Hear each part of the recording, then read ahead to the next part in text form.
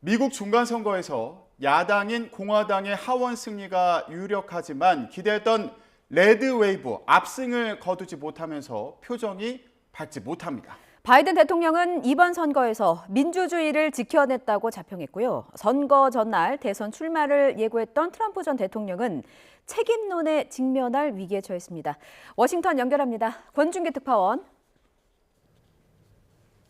네, 워싱턴입니다.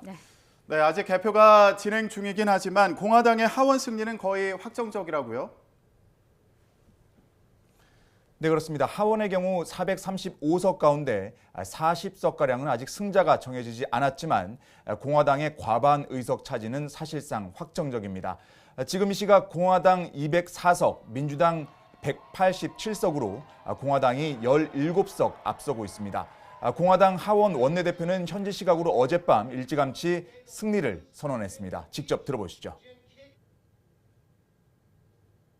Now tonight, we built upon those gains 2 years ago, and it is clear that we are going to take the House back. 공화당이 과반 의석을 차지하는 건 분명해 보이지만 기대했던 것만큼의 승리는 아닙니다. 지금 같은 추세면 공화당이 10석 안팎으로 이길 것으로 보이는데 이른바 레드웨이브, 공화당 압승과는 거리가 먼 결과이기 때문입니다. 반대로 민주당 입장에선 공화당과 의석수 격차를 줄여서 방어에 성공했다는 평가가 나오고 있습니다. 상원 선거는 아직도 안개 속이라는데 지금까지의 결과는 어떻게 나오고 있습니까? 네, 상원은 전체 100석 가운데 공화당 49석, 민주당 48석에 머물러 있습니다. 경합지로 분류됐던 조지아와 네바다, 애리조나주 결과가 아직 나오지 않고 있습니다. 상원 선거는 결국 이 세 곳 가운데 2곳 이상 가져가는 쪽이 승리하게 됩니다. 상원 의장인 부통령이 캐스팅 보트를 쥐고 있어 50대 50이면 민주당이 주도권을 유지하기 때문입니다. 문제는 이 가운데 조지아주는 다음 달 결선 투표에서 당선자를 가리게 됐다는 겁니다. 만약 네바다와 애리조나를 민주당과 공화당이 하나씩 나눠 갖게 될 경우 상원 주도권의 향방은 다음 달까지 판가름 나지 않을 전망입니다. 네, 이제 상하원 모두 투표는 끝난 상황인데요. 개표는 계속 진행 중입니다. 왜 이렇게 늦어지는 겁니까? 네, 이번 중간선거에서 우편 투표를 포함한 사전 투표에만 4,500만 명이 참여하며 열기가 뜨거웠습니다. 특히 우편 투표의 경우 투표날인 11월 8일까지 발송하기만 하면 오는 15일까지 접수를 받는 곳이 많습니다. 다시 말하면 우편 투표는 지금도 진행 중이라는 건데요. 따라서 경합 지역의 경우는 이번 주말까지 우편 투표 개표가 이루어져야 결과가 판가름 날 수 있다는 전망도 나오고 있습니다. 바이든 대통령도 조금 전에 기자회견을 열어서 이번 선거를 선방한 것으로 평가했다고요?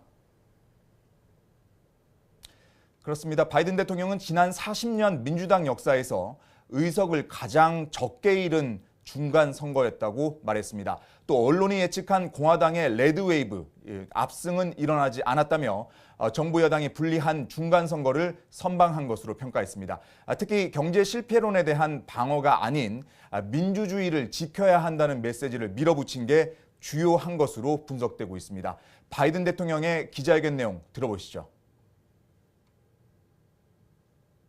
Our democracy has been tested in recent years, but with their votes, the American people have spoken and proven once again that democracy is who we are.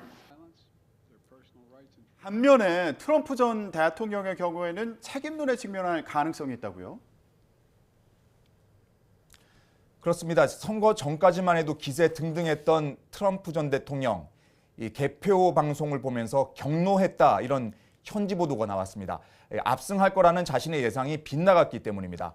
트럼프는 자신이 만든 SNS, 트루스 소셜에 글을 올렸는데 이번 선거가 다소 실망스러운 면도 있지만 큰 승리다 이렇게 자평을 했습니다. 하지만 이 같은 승리 평가는 향후 책임론을 미리 모면하기 위한 포석이라는 분석입니다.